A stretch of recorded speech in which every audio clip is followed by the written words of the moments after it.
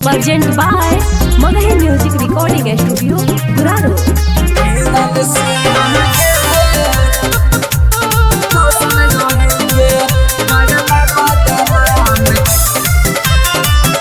Mix by Ajit Yaduvanshi. साल से माजा मर के कहिया बाबे कहा रे किरण सिंह गे किरण सिंह गे दुई साल माजा मरे ले कहा है बाबे कहा रे किरण सिंह गे कि किरण सिंह गे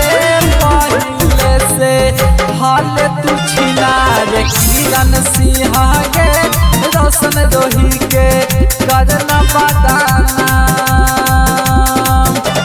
दुई साल से माजा मरैले कहा है बाबे कहा रे किरण सिंह गे कि किरण सिंह गे पहले से हाल तू छिना रे किरण सिंह गे रोशन रोही के करना बताना में किरण सिंह गे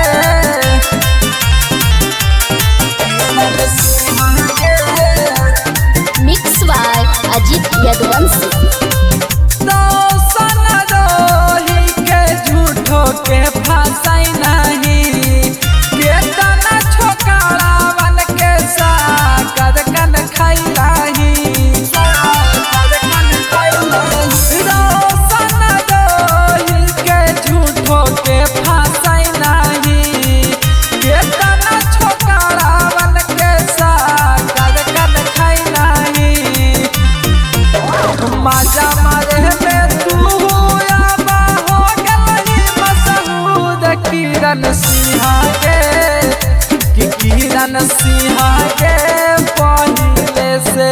भला ही छिना रे किरण सिंह गे रोशन रोही के करना बताना में किरण सिंह गे पहले से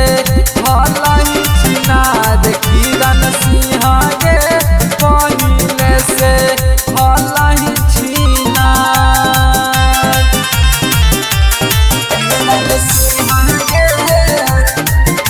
Magahi Music Recording Studio, Guraro. के समुका दामादू के दानो जे करानी रोशन रोही के कुछो नहु करानी कुछो नहु करानी के समुका दामादू के दानो जे करानी रोशन रोही के कुछो नहु करानी झूठो मुठो के सोशल मीडिया पर कहले इज्जत सनिया में किरण सिंह गे कि किरण सिंह गे पहले से भला ही छिना रे किरण सिंह गे रोशन रोही के करना बताना में किरण सिंह